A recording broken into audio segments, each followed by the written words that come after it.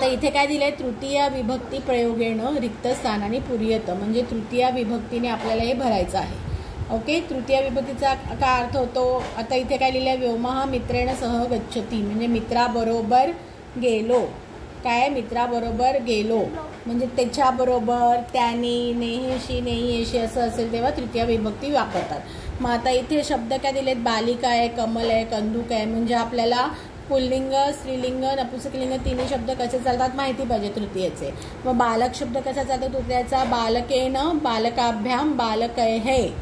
Okay, पुष्पेण, पुष्प पण त्याच्यासारखाच चालतो, म्हणजे नपुंसकलिंग आणि पुल्लिंग लगभग सेम चालतात. पुष्पेण, पुष्पाभ्याम, पुष्पेः. बालिका कसा चालतो, बालिकया, बालिकाभ्याम, बालिकाभिः. आता इथे आपल्याला बघायचं आहे, बालकाः डॅश सह पठन्ति. आता इथे टेक्निकली बघशील तर जर बालकाः म्हणजे अनेक वचन आहेत, मुलं मुलींबरोबर शिकतात. तर इथे आपण एक मुलगी जरी दिलं तरी टेक्निकली ते बरोबरच येईल. म्हणून इथे बालकाः बालिकया सह पठन्ति पण होऊ शकतं, किंवा बालकाः आयडियली बालिकाभिः सह पठन्ति. कळलं, म्हणजे मुलं मुलींबरोबर शिकतात. ओके. त्याच्यानंतर तडाग हा डॅश विभाती. आता इथे तडाग म्हणजे काय, तलाव, आणि विभाते म्हणजे शोभतात. मग आता इथे एक वचन येईल का, कारण तडाग मध्ये एकच कमळ शोभून दिसेल का, नाही, भरपूर सारी कमळ दिसणार. मग ते कमल, कमल शब्द कसा चालणार, पुष्पसारखं. तडाग हा कमलैः विभाती, कमलैः. याच्यासाठी म्हणजे आता यावेळेला असं द्वितीय, तृतीय आणि चतुर्थी हे सगळे विभक्ती आपल्याला सगळ्या शब्दांचे पूर्णपणे पाठ पाहिजे, तरच हे क्वेश्चन्सचे आपल्याला आन्सर येणार. अहम अपि म्हणजे मी सुद्धा, डॅश खेळामी. आता कशाबरोबर खेळतोय, एकच आहे. अहम अपि म्हणजे एकाबद्दलच आपण बोलतोय, खेळामी. मग कंदुकेन सहित, कंदुकेन खेळामी म्हणजे मी टॉयने म्हणजे खेळण्याने खेळतो.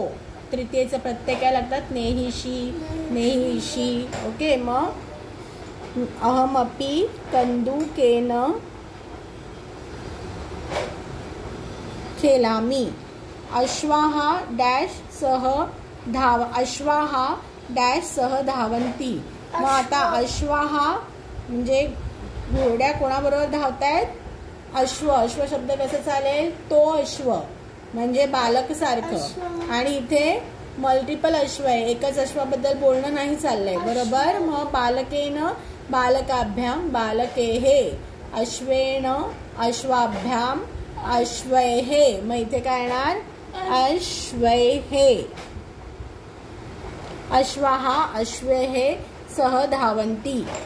मृगाः, आता सेम खाली पण दिले, मृग ते मृग म्हणजे मृग चालणार. मृगाः डॅश सह चरन्ति. मग मृगेः, मृगाः मृगेः सह चरन्ति.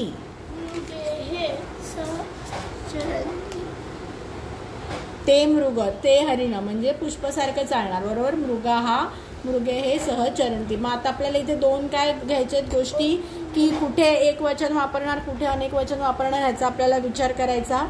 वाक्य वाचून त्याच्यासाठी वाक्याचा अर्थ कळला पाहिजे.